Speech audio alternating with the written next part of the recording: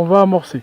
Alors, pour bien commencer, surtout en canal, vous allez faire des boulettes d'amorce de cette taille-là, environ une dizaine. Et vous allez amorcer tout droit. Et voilà. Comme vous pouvez le voir au niveau du tracix, vous voyez bien que le nuage est persistant et que cela va durer. Vous pouvez également aussi remarquer qu'il y a des petites bulles qui remontent à la surface. Ça, c'est le cheneville issu de l'amorce à gardon. Là, deux avantages. Premièrement, vous savez exactement où est-ce que vous avez amorcé. D'ailleurs, vous voyez, il commence à avoir des remous qui vont vers mon amorce. Et de deuxièmement, cela va permettre d'attirer le poisson puisque les grains vont remonter à la surface. Et du coup, ça va pouvoir attirer.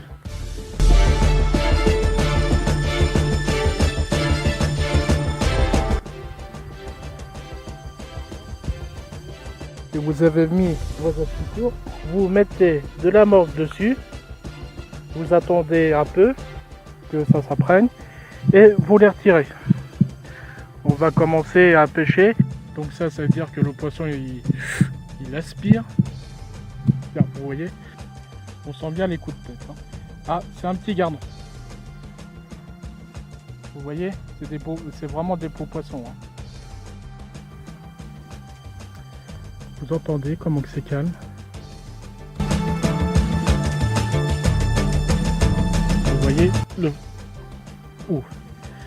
Ça, c'est une brème. Une petite plaquette. Vous voyez. Vous avez vu comment le bouchon il a remonté. C'est vraiment un très bel oiseau. C'est vraiment impressionnant. Tantôt au niveau, vous avez vu la touche, encore une brème ça, et puis elle est belle en plus cette fois-ci.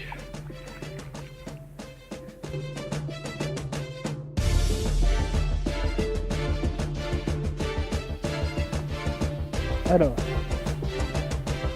donc là on commence à avoir des très beaux poissons, comme vous pouvez voir, encore un hybride.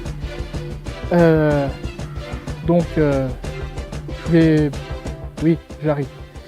Je vais le décrocher et puis on est reparti. Alors, ce que vous voyez ici, là, c'est typiquement aussi le résultat d'une brème. Pourquoi? Parce que, comme je vous l'ai dit, la brème est un poisson pharmacien. Il a un surplus de mucus. Donc, même en se lavant les mains pour pas abîmer le poisson, vous avez toujours du mucus. Alors, je vous rassure, c'est pas rempli de bactéries ou quoi que ce soit, bien au contraire. Il y a beaucoup de chasse dans ces roseaux. De toute manière, ce qui est sûr, parce qu'il y a vraiment beaucoup de perches.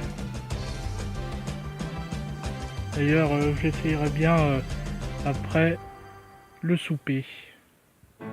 Eh oui, le souper, oui. Ou le pique-nique, c'est comme vous préférez.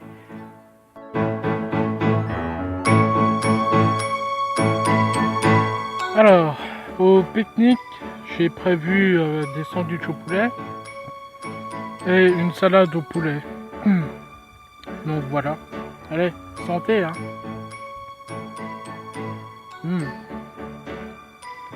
En plus de ça, je suis tout seul. Il y a une pointe de vent. C'est calme. Bon, c'est vrai, je vous l'accorde. Vu ma tête, il fait un peu chaud, mais c'est normal. J'ai essayé tout à l'heure le leurre. Il y a eu des attaques au niveau des perches. Je sais parce que c'est de leurre souple, mais qui font, je sais pas, moins de 10 cm. Et si ça se trouve, c'est eux qui me foutent ma pêche en l'air là. Mais bon, il reste encore 5 ou 6 heures de pêche. Ça devrait le faire. Voilà.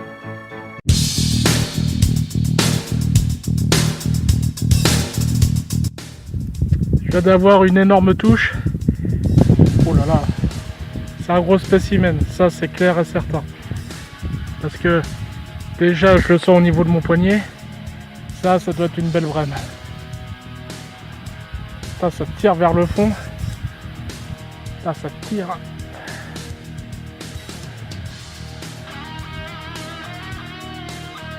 Je sais pas, j'ai pas encore vu ce que c'était. Hein.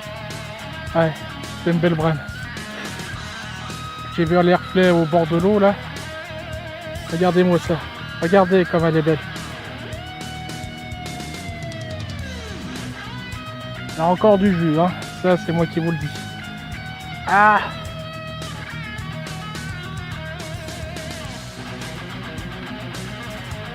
Oh là là, les coups de tête, c'est violent. Regardez-moi ça. C'est super. Elle est super. Bon, je vous laisse, hein.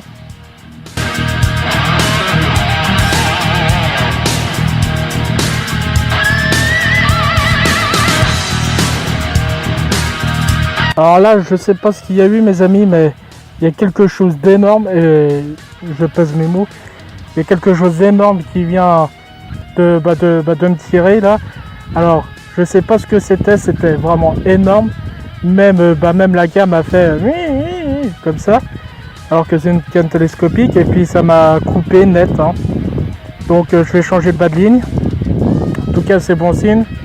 Enfin, j'espère que je vais pas trop casser, mais pour vous dire, au début ça a été normal, et puis après ça a plongé direct.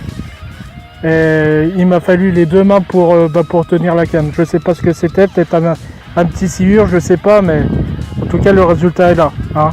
Ça m'a coupé net de nœuds. Alors, j'ai eu une autre grosse brème aussi. Donc je pense plutôt à un centre. Parce que ça m'a cassé clair et net. Autrement, la deuxième hypothèse, ce serait un sciure, mais ce serait une énorme surprise. Surtout pour moi. Hein. Et en troisième lieu, je dirais un brochet. Il m'a fallu au bout du compte les deux mains pour attraper la canne, tellement que ça tirait, quoi, tout simplement.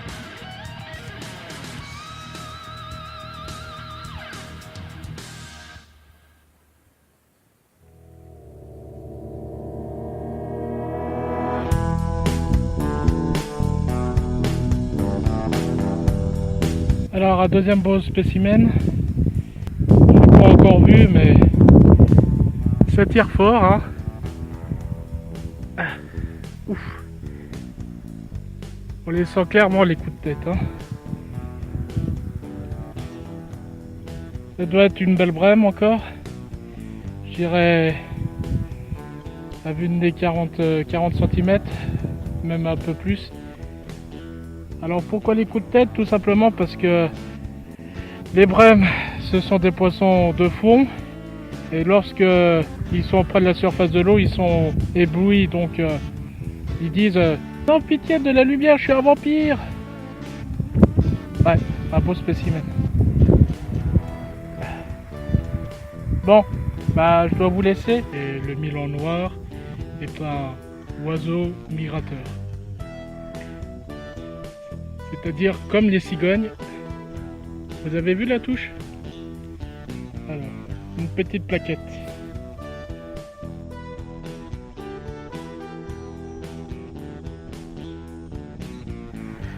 Alors donc, voici la pêche au final. Avec notamment une très belle brème. Elle est tellement grande qu'elle n'arrive même pas à faire le tour du saut complet. Donc dans l'ensemble, très satisfait, même si le matin c'était un peu catastrophique, le début de l'après-midi aussi. Mais bon, voilà. Allez, on va les remettre à l'eau.